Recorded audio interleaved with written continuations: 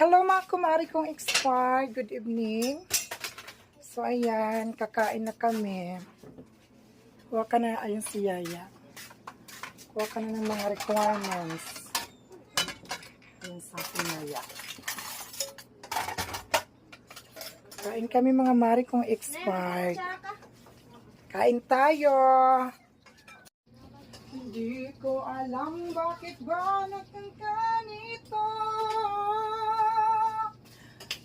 Sadyang nalilito, bakit ba Ayan, totat, kaya yan.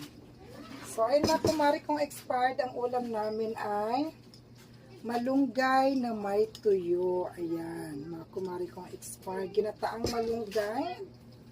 At saka ang ulam namin ay itong isdang crinimate. Mga kumari kong expired.